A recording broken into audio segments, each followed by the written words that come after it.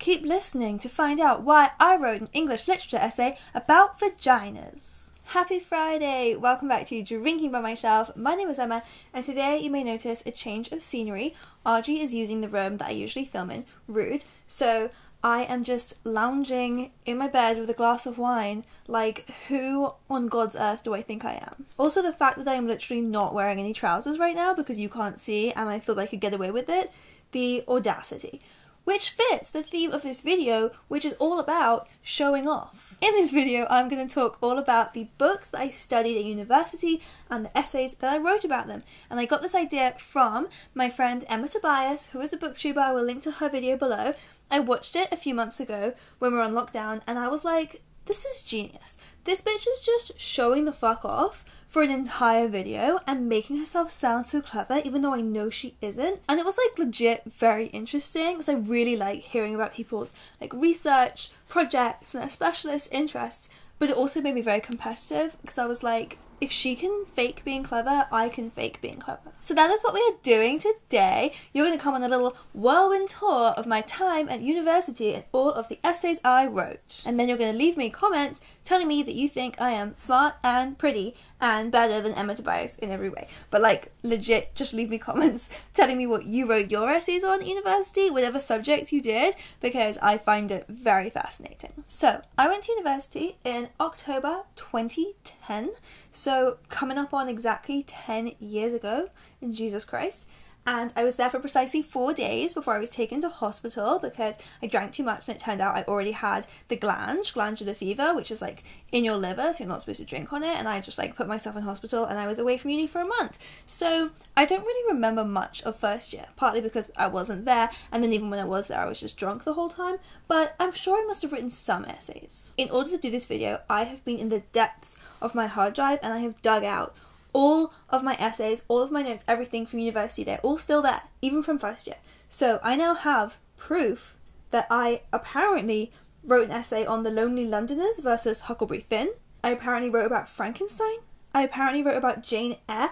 I don't even remember bloody reading Jane Eyre. So we are ignoring all of first year because honestly, I did not put any effort into these essays. I was just drunk. And they even said a thing at my uni. So I don't know what it's like in the different countries where you come from. Where I went to university, for a lot of English universities, first year literally doesn't count. You just have to get 40% in order to pass. If you get less than 40%, then you risk getting kicked out of the uni. And like, people would literally say every percent that you get over 40% is a percentage of your time that you wasted, because no one gives a shit. So I don't remember anything about that. Year 2 is where the points do start to matter a bit, and honestly at this point I was still pretty drunk, so I didn't remember writing most of the essays that I dug out, but there are a few I found where I was like, oh yeah, I did give a shit about this. So for example, I do remember being really proud of this essay I wrote on To the Lighthouse by Virginia Woolf, where I was arguing that in the late 19th and early 20th centuries, the perception of time was massively changing. So like the invention of the cinematograph, however you pronounce that, I don't know, I only ever wrote it down, and like the ability because of that to replay time and replay the past kind of skewed everyone's perception of linear time. But at the same time, global time was being synchronized because of like modern transport and like modern forms of communication. So everyone was like, whoa, does time even exist anymore? What does it mean? I don't know if that's what they were thinking, but that's what 20-year-old Emma wrote in this essay they were thinking. So then I wrote in the essay about all these moments in To the Lighthouse where Virginia Woolf is kind of playing with time in interesting ways, like where some scenes are revisited over and over again and kind of like rewritten from different angles, almost like a film camera would have done. But then honestly, I opened up the rest of my essays and was like, wow, I must have just been playing beer pong or Racing Demon or something the night I was supposed to be writing this, because I don't know who wrote that. It wasn't me, it was drunk Emma. One cool essay that I do remember writing, so I did a literature degree, but I took one module in second year on linguistics, and I wrote an essay for that was called Is Natural Language constitutively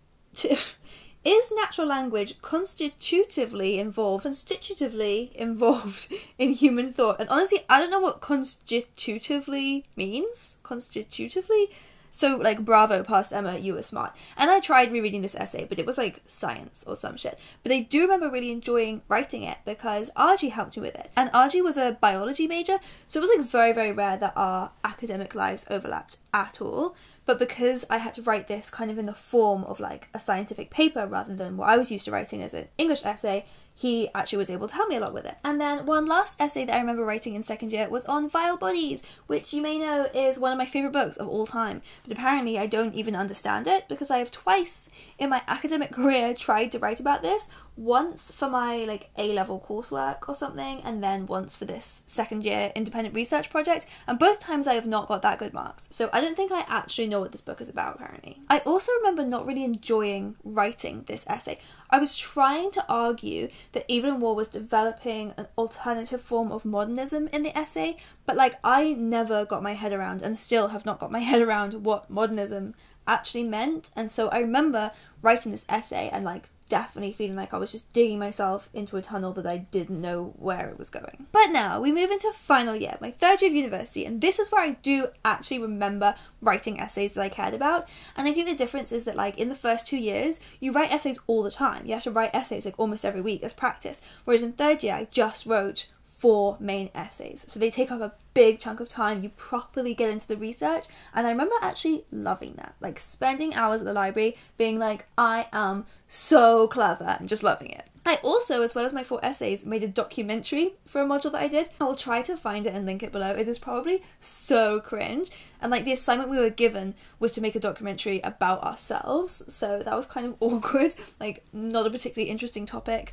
to make a documentary about, and it's very personal, but I'll find it, and if it's not too embarrassing I will link it. But my 4 big essays. So the first one I remember having a lot of fun writing. So in this one the task we were given was to pick an object and then look at literature from the 18th century and discuss how that object was portrayed across a few different texts.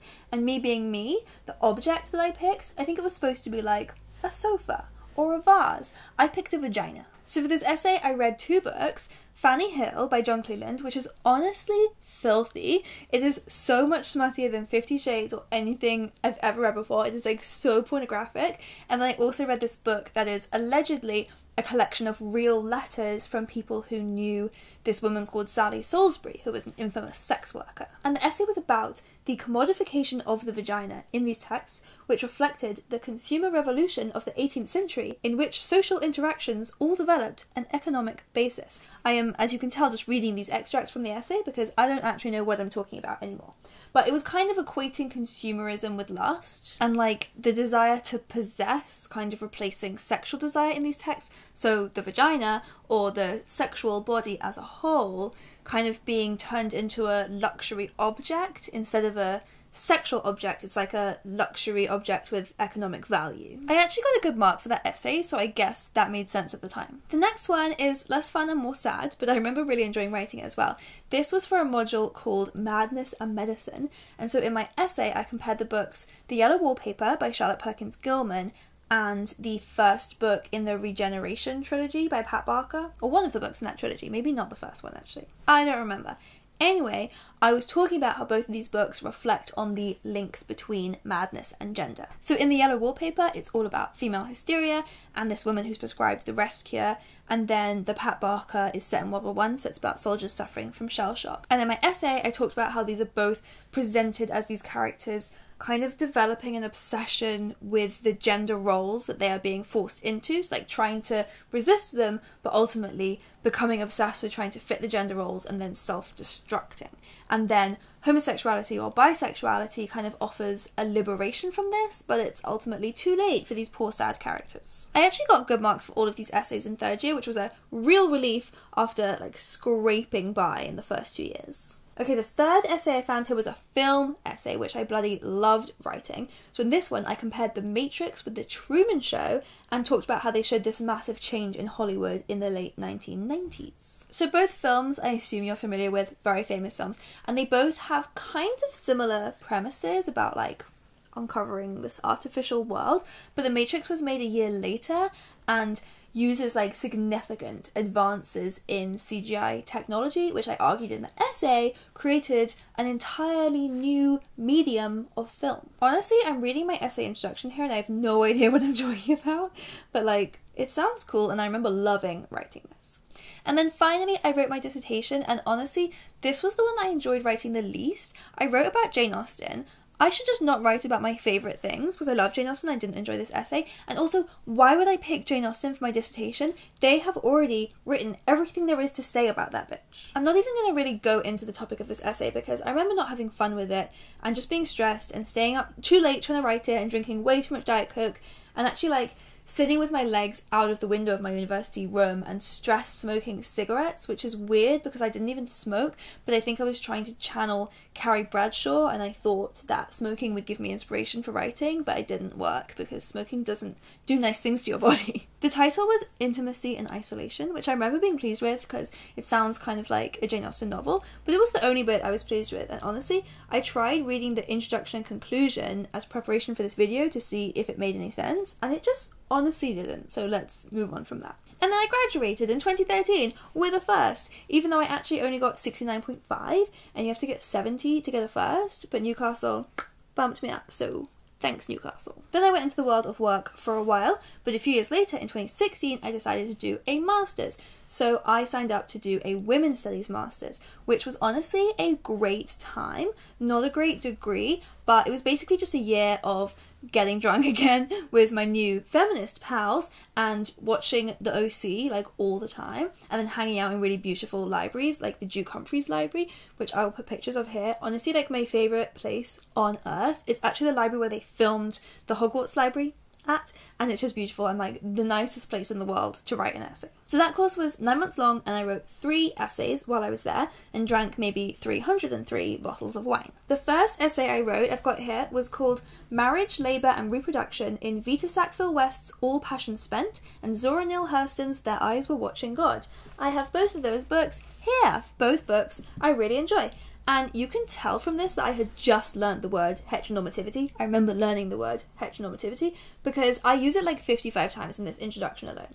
Here's a sentence from the introduction. These works of literature explore the way women are positioned as resources within a heteronormative partnership to be used by their husbands, as well as tackling the ways in which heteronormativity is enforced and reproduced through patrilineality, the passing on of economic and symbolic capital from father to legitimate, generally male, offspring, and the female labour that this requires. What a sentence! It has like brackets within brackets. I probably could have cut some words out, 2016 Emma. So I went on to argue that both authors offered up female storytelling as an alternative strategy. So if heteronormativity and bearing your husband's children is like the expected unpaid labour for women, then the only long-term escape from this is for women to find their own voices and tell new stories. So my last sentence, all the way at the end here, is if women stop believing and speaking the language of heteronormativity, it could ultimately cease to exist. Cool!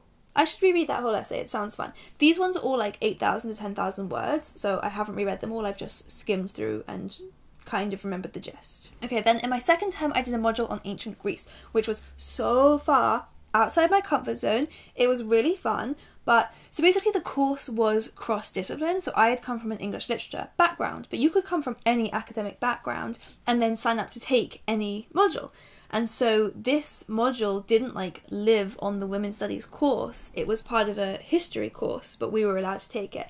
And so suddenly I had to find myself like writing university master's level history papers when I don't know how to write a history paper. I seriously struggled with this one. My first draft was apparently so terrible that the tutor like called me up in a panic and made me come in for an emergency meeting because she was like, no, this is not how you write an essay. So she had to help me with like a whole new redraft. But then I smashed it and got it first. So this one was called The Role of Female Virginity in Greek Romance Novels. What fun! So I looked in particular at the book Daphnis and Chloe, which is actually one of Jean's favourites, and the Aethopica, which are 2 of this group of 5 surviving Greek romance novels. They literally had romance novels. It was great, like YA romance novels, but which were very much heterosexual love stories promoting this kind of virtuous love between a young couple which will end in them consummating their union. So I had to do a lot of research into what virginity actually meant to the ancient Greeks because it was quite different, and also note that the 2 books I was comparing were written like a few centuries apart. So like obviously attitudes were different between them, but they were both written within the first few centuries under the Roman Empire. So, for example, a big difference in the way virginity was viewed, under the early Roman Empire, anatomical studies basically completely ignored the concept of a hymen, which these days is seen as really crucial to the concept of virginity. By the way, that is bullshit, but that is kind of the definition that is most commonly culturally accepted these days. They didn't really have a biological signifier of virginity at all. It was much more a social condition, but they did still imply that there was a specific physical act that was needed to negate one's virginity. I also lolled reading this bit from my conclusion. The widely held modern definition relies on a false belief in a breakable hymen, and this pseudo-scientific explanation is used to justify the heteronormativity, there's that word again, in the intercourse-centred definition, as well as to justify the greater emphasis on female virginity. Note that no modern definition has attempted to invent a comparable and equally false biological condition of a male virgin's body. Yeah. I actually just started reading this in full, because I'm not going to lie, this is, like, fascinating, well done me. I suggest a possibility that the ancient Greeks might have possibly allowed for a woman to maintain her status as a virgin if her sexual encounters were strictly secret, because of that idea that virginity was more of a social condition rather than physical. Or on the flip side, somebody could possibly lose their virginity or lose their status as a virginity without having sex just because somebody believes that they had had sex. And then I go on to talk about like the deeply ingrained social reasons for idealising female virginity, which are still relevant today. And then finally, at last, my master's dissertation I wrote on Ella Enchanted. My favourite book. Surprising choice, Emma, but I did. You may already know this because I actually made a video a couple of years ago talking about the concept of my dissertation. I will link to the video below, but in short, my essay was called Bodies in Ball Gowns, Female Agency in Fairy Tales from Cinderella to Ella Enchanted, and it was bloody good, you know? It had chapters. I feel like any essay with chapters is so grown up, and it was empowering, and it was just like a love letter to Ella Enchanted. And so I graduated Oxford with a distinction, woohoo, all because of this little book right here. Like I said it was going to be, this was just one long show-off of a video, I'm so sorry, but I honestly had so much fun writing these essays, and so it was fun for me just now getting to dig them out and relive them.